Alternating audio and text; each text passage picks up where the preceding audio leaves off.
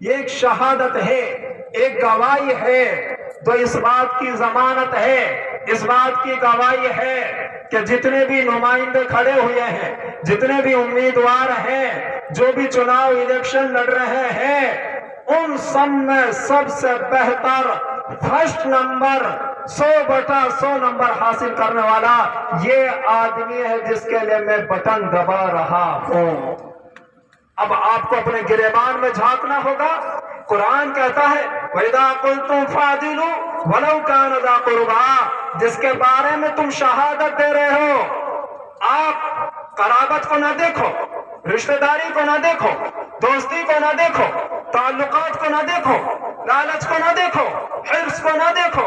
اگر تمہارا باپ قرابت، اگر تمہارا باپ الیکشن میں کھڑا ہے، تمہارا باپ کا 2 نمبر ہے اور ایک اجنبی آدمی ہے، وہ نمبر 1 پر ہے، شریعت کہتی ہے اس کے لیے ووٹ دو۔ باپ کے لیے اگر ووٹ دی تو گنہگار ہوں گے۔ آپ سمجھو اہمیت کیا ہے۔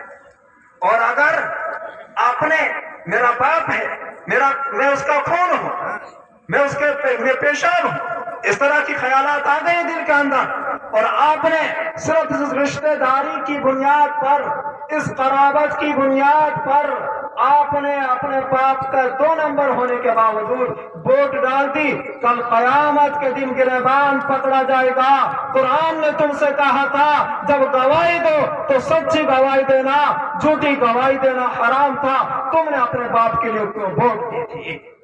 تو اس لیے میرا عزیزو، کہیں ایسا نہ ہو ہم اس کو دنیا سمجھتے رہے، تو یاد رکھنا الیکشن دنیا نہیں ہے۔ الیکشن کا تعلق جس طرح دنیاوی نظام سے ہے، اسی طرح اس کا شریعت سے بھی تعلق ہے، اور شریعت کے اعتبار سے بھی الیکشن لڑا جاتا ہے۔ تو سب سے پہلی بات تو یہ سمجھو، یہ شہادت ہے، اور شہادت کا چھپانا بھی حرام ہے، اور جھوٹی گواہی دینا بھی حرام ہے۔ ان دونوں ٹکڑوں سے پتہ چل گیا۔ اگر کوئی آدمی یہ سوچے میں تو بزرگ ہوں، ووٹ ڈالنے سے تعلق نہیں ہے، میں تو مدرسے والا ہوں، ہمارا تعلق ووٹ ڈالنے سے نہیں ہے، میں امام صاحب ہوں، ہمارا تعلق ووٹ ڈالنے سے نہیں ہے، تو یاد رکھنا تمہارا مفتی صاحب ہونا دنیا میں چل سکتا ہے، تمہاری امامت دنیا میں چل سکتی ہے، تمہاری بزرگی دنیا میں چل سکتی ہے، لیکن آخرت میں تمہارا یہ عذر قبول نہیں کیا جائے گا۔ وہاں پر گریبان پکڑا جائے گا۔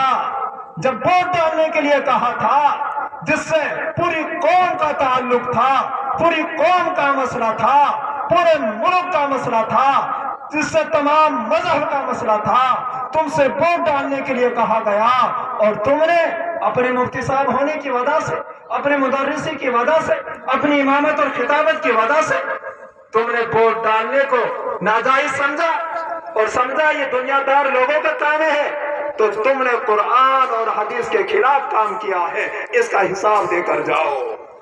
تو میرا عزیزو بہت بڑا گناہ ہے، ناجائز نہیں، حرام ہے ووٹ نہ ڈالنا، حرام ہے، حرام ہے۔ وَلَا تَكْتُمُوا الشَّهَادَةَ وَمَن يَكْتُمْهَا فَإِنَّهُ آثِمٌ قَلْبُهُ، اس کا دل گنہگار ہوگا، وہ خود گنہگار ہوگا، یہ حرام ہے۔